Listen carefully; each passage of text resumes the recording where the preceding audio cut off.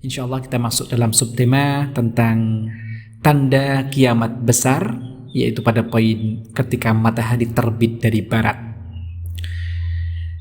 Matahari terbit dari barat itu sesuai dengan apa yang sudah kita ketahui bersama, bahwa termasuk tanda yang paling fenomenal, paling penting menandai terjadinya kiamat besar pada akhir zaman nanti. Dan inilah menjadi pintu terakhir bagi seorang yang ingin bertaubat kepada Allah. Bahkan sesaat sebelum itu terjadi, maka itulah pintu terakhir taubat bagi seorang yang ingin bertaubat kepada Allah Subhanahu wa ta'ala.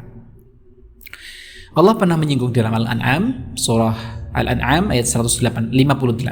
Allah mengatakan, yang mereka nanti-nantikan hanyalah kedatangan malaikat kepada mereka, atau kedatangan Tuhanmu, atau sebagai tanda-tanda dari Tuhanmu. Pada hari datangnya sebagian tanda-tanda Tuhanmu, tidak berguna lagi iman seseorang yang belum beriman sebelum itu, atau belum berusaha berbuat kebajikan dengan imannya itu. Katakanlah, tunggulah, kami pun menunggu. Al-An'am 158. Nabi Muhammad SAW menafsirkan ayat ini dan menerangkan ayat ini dengan makna terbitnya matahari dari barat.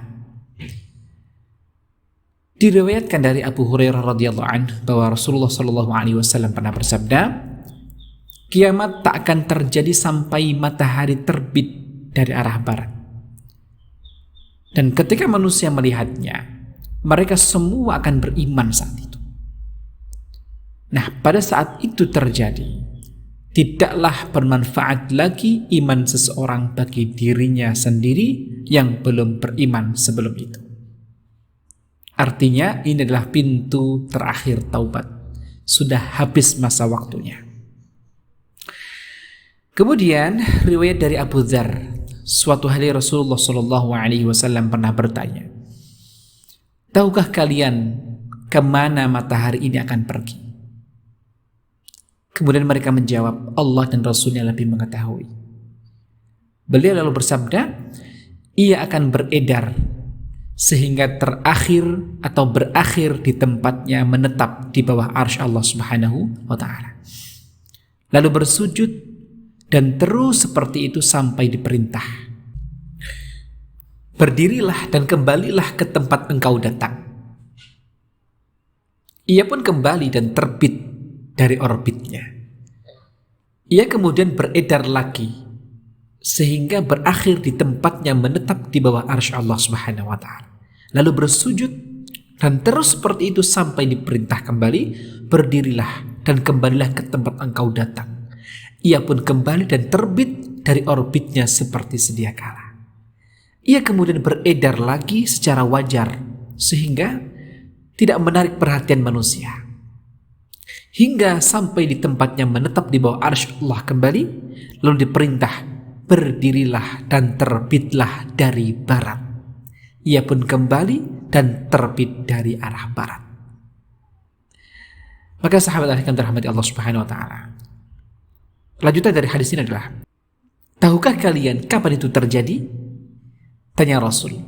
Itu terjadi ketika keimanan seseorang sudah tidak bermanfaat lagi bagi dirinya sendiri yang belum beriman sebelum itu, atau dirinya tidak pernah mengusahakan kebaikan apapun dengan keimanannya. Hadis dalam Sahih Bukhari dan Sahih Muslim. Itu poin pertama terkait dengan terbitnya matahari dari arah barat.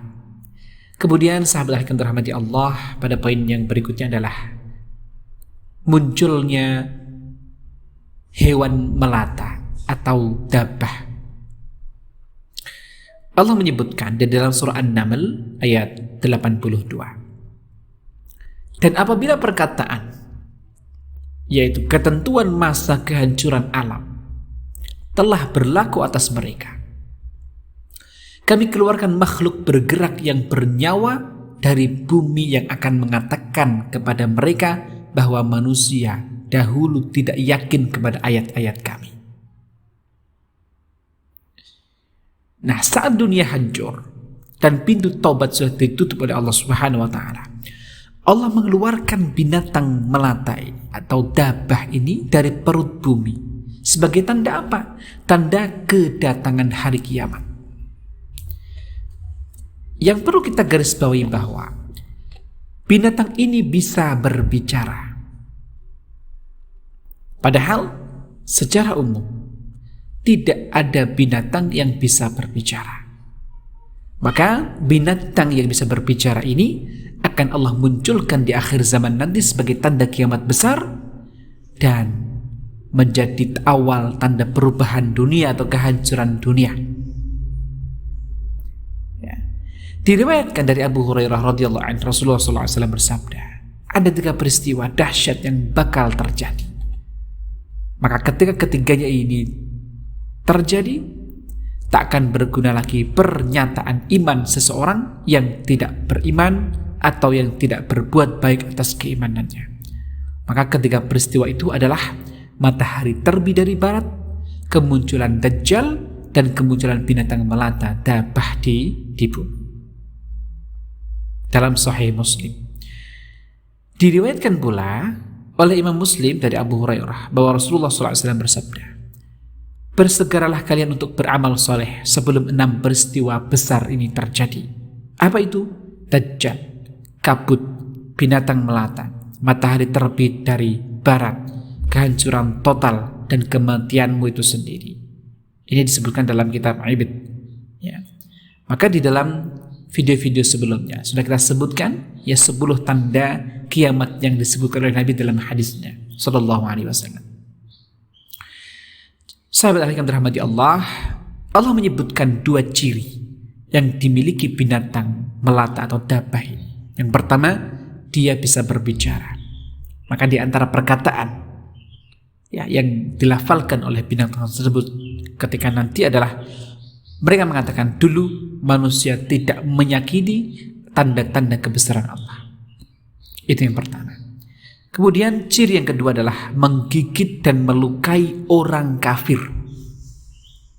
Hal ini ditunjukkan oleh bacaan versi kedua firman-Nya, kami keluarkan sejenis binatang melata dari bumi yang akan berkata taklimuhum kepada mereka.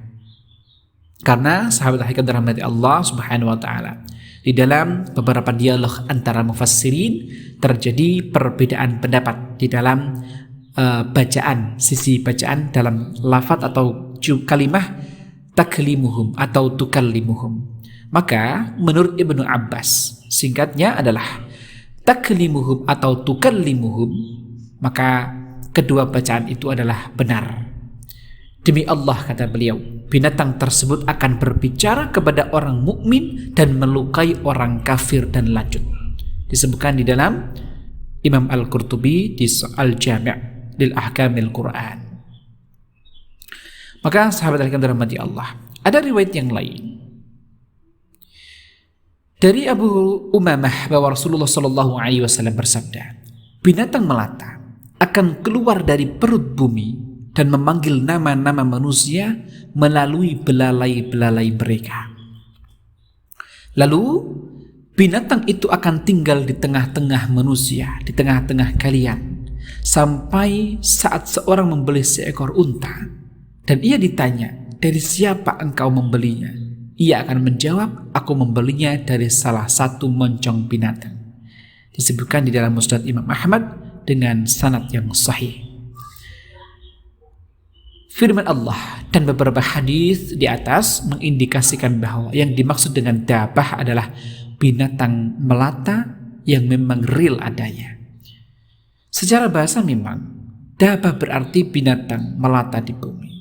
Namun kebiasaan di antara kita menyebut dabah itu adalah sejenis binatang berkaki 4. Nah, tapi sebagian ulama berpendapat bahwa yang dimaksud dabah dalam ayat di atas adalah binatang melata tertentu khusus. Ya. Mereka mengatakan dabah adalah nama untuk setiap jenis binatang melata, bukan binatang tertentu yang menakjubkan. Barangkali yang dimaksudkan adalah jenis bakteri mematikan dan berbahaya bagi manusia. Maka hal ini pun juga mendapat catatan dari ulama yang lain, karena ini kurang sepemahaman dengan pendapat para ulama salaf. Di antaranya alasannya adalah yang pertama, bakteri sudah ada dan dikenal sejak zaman dahulu kala. Yang kedua, bakteri tidak bisa dilihat oleh mata telanjang. Yang ketiga, dabah akan memberi cap kekufuran dan keimanan di wajah manusia.